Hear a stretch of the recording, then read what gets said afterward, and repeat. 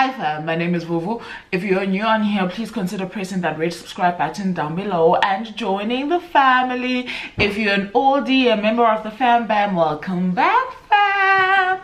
And thank you for joining me once again. And as you can see from the title, I've decided to stay on brand and choose out a November extremely ambitious TBR, and hopefully I get through most of these books. And if you're curious as to which books I plan to pick up in the month of November, please do stay tuned. So Vena _reads is an amazing book reviewer, also YouTuber. She reviews books on YouTube, and if I'm not mistaken, she also has a blog as well. So please, if for your connection with literature, get in touch with or follow at VUVUVENA_reads. She is based in South Africa, and I think it is also extremely important to follow literary content creators who are based outside of the West and in continental Africa, because they do a really good job of bridging the gap. We appreciate you, Vuvu, for bringing us Turning Pages and for bringing us your BookTube channel. You know, this is a chance for people to actually see some people that I really enjoy. Please consider pressing the red subscribe button down below, and if you're a returnee, welcome back fam. Vuvu, you're amazing. Thank you so much for your time. Okay, so the year is coming to an end. I have reached and exceeded my reading goals for the year. I'm probably gonna even double them this year at the rate things are going, so I'm very excited. However, I've been blessed. However, I do feel like I've been blessed with a great reading year, and I've needed it, and it's done wonders for me. So I'm riding this wave and seeing where things go. The other day, me and my kids went to our local library for the first time. Previously, I was just using the Libby option of my library rentals. So I decided, no, let's go to the physical library. There was a book my son was wanting that was always taken out at his school, so I was like, you know what, let's go to the library. There is a library, and there are libraries around us, and I'm somebody who grew up in libraries. That's where I had my biggest fun. I suppose even before I knew how to properly read, right, I'd get lost in books, making up my own story, reading this word and that word and whatever else would happen. I did share my little how did I become a reader story at the very start of me being on here. I'll actually link that video over here just for nostalgia's sake. However, I thought this is something that I want to give to my kids as well, and it's something that I want to give to myself as well, right? Because shelves are getting full, there's not enough space, and sometimes you buy a book that you really should have just sampled or read once and just let go of it, right? So those were part of my considerations. Anyway, I was at the library and I did pick up 2 books that I want to read in the month of November, and the first book I picked up is because I want to watch the Netflix series, and this is One Day by David Nicholas, I'm hesitant, but that's the guy. His name is David. Okay, I don't think that this one needs any introduction. I don't really actually even know much about it, except that it is a romance, and I did sample the first episode a few months ago on Netflix on the adaptation, and I absolutely did enjoy it. And when I found out that it was a book, I knew I wanted to get my hands on it, so can't wait to read this. I do understand that Everend does also have audio for this one, so if you're curious and want to sample what the book might be like, you might check out the audio on Everend.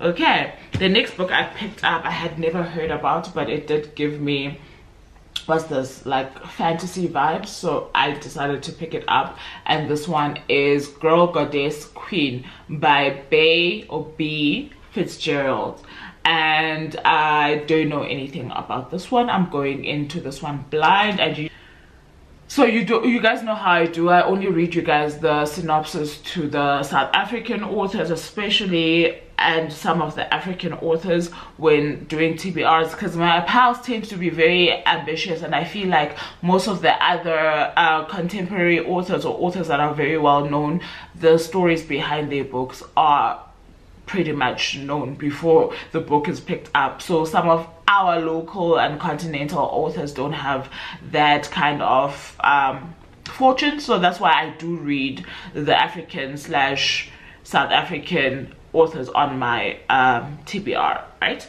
So I don't know anything about this one though. However, it is blurbed to say, to hell with love, the goddess has other plans. So obviously it's looking like something we would want to read. Okay,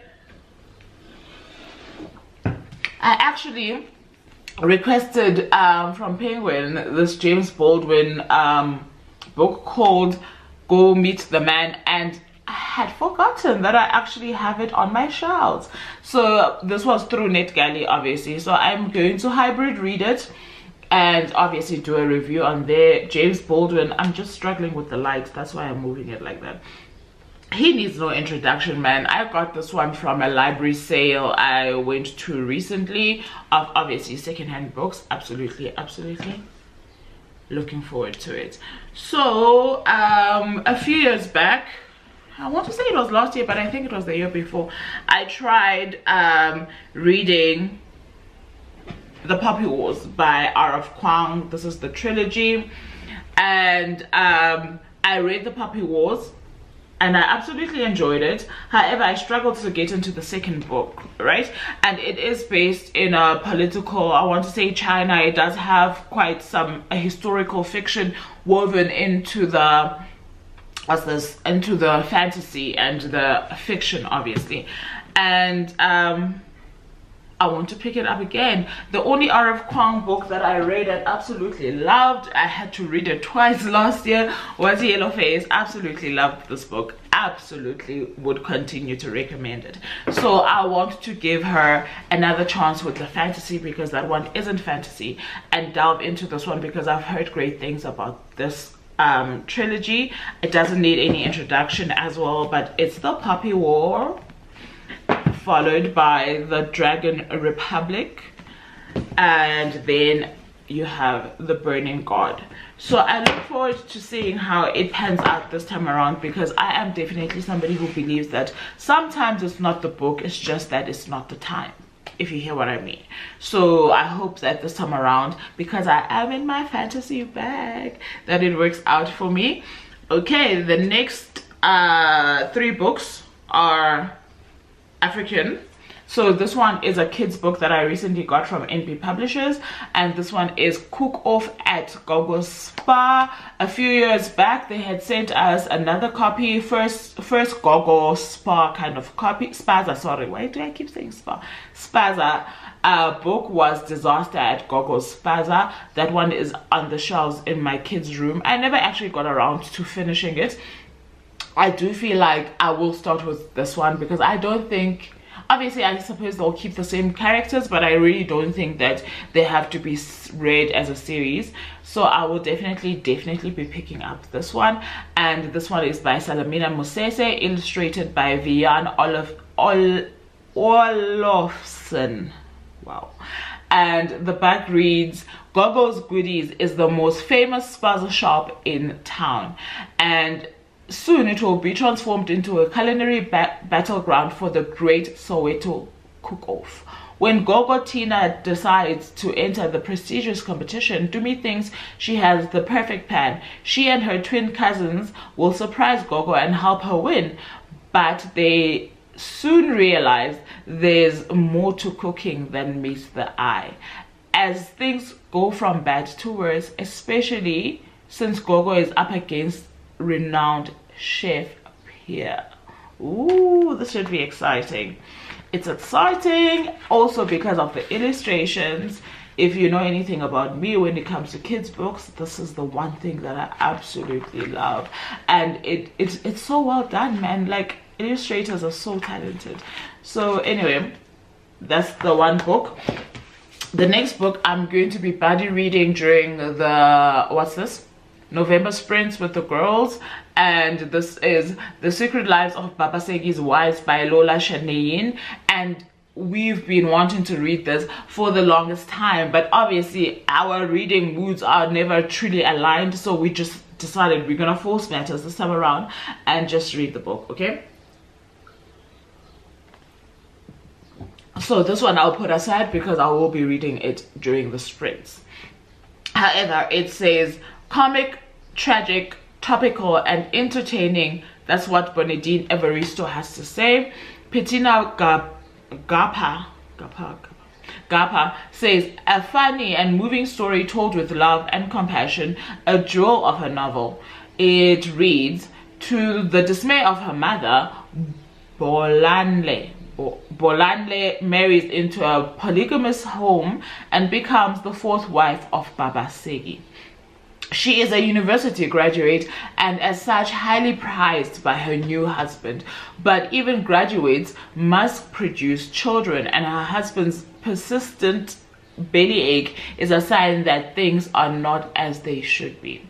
Bolanle only wants a quiet life, but the other wives disapprove of her and fear she may unlock their well-guarded secret.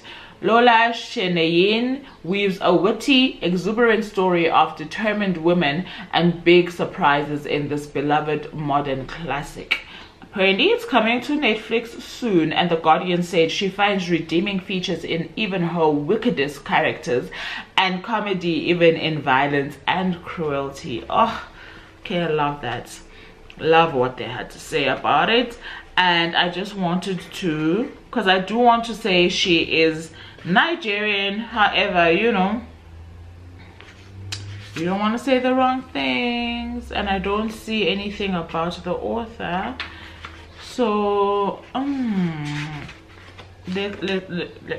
we'll go with that. I do believe she is Nigerian.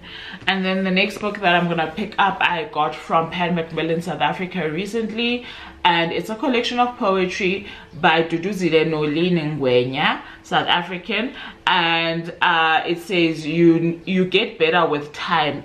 Scratch off time, but it's you get better with love. Okay, love the concept of this. This is how you love yourself is the tagline. I absolutely love the concept of this. I have had it next to my bed for maybe a week because I do want it to be one of those good night companions or good morning companions when I wake up or when I go to sleep.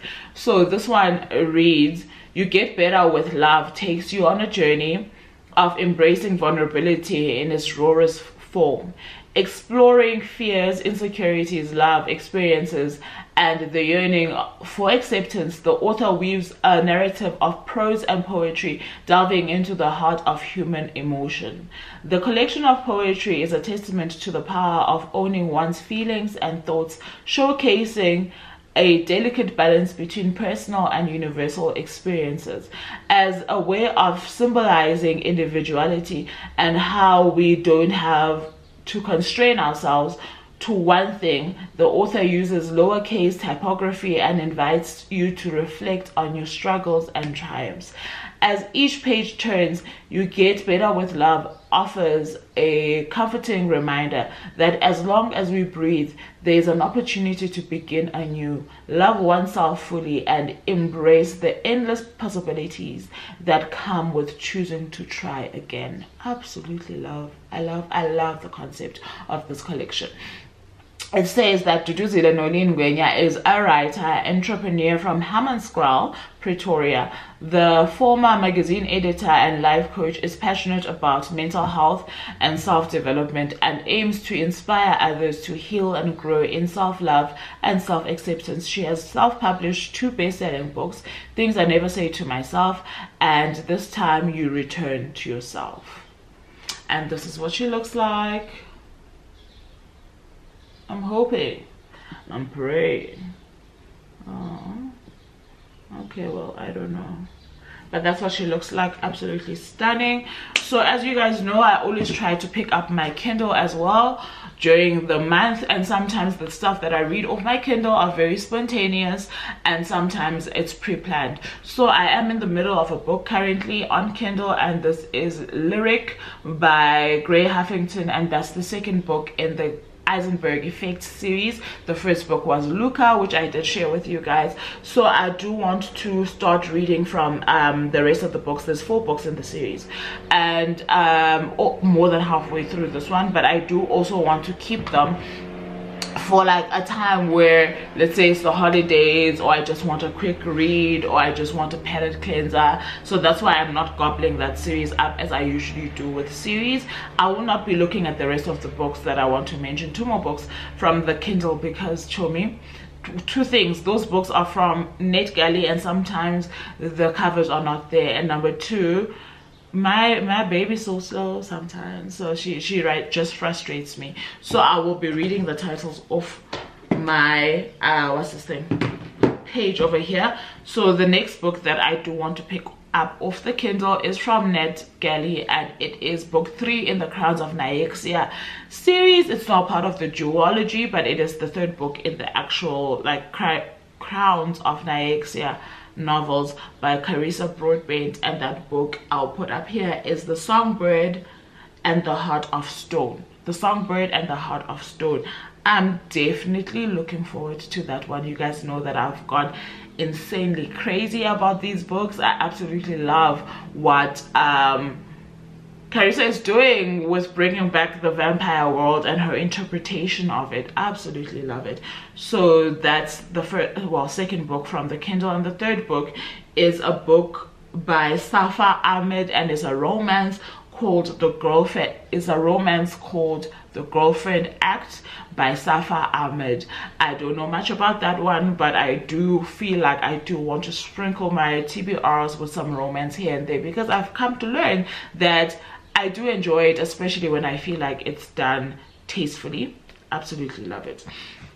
So the next few books I'm going to show you are books that I recently got from the wonderful people at Pan. Like, they've been coming through for me. Like, I love them so much, because I feel like they get a girl, and the books that I have from them are always things that I want to jump into immediately, right? And one of those is by a fave. Absolutely love Olivia Blake, and this is January's. It's her latest book out, and this one is Stories of Love, Magic and Betrayal, and I think it is obviously a collection of short stories. That's what it seems like, and I know nothing else about this one. I will be buddy reading this one with Charity, so I look forward to that.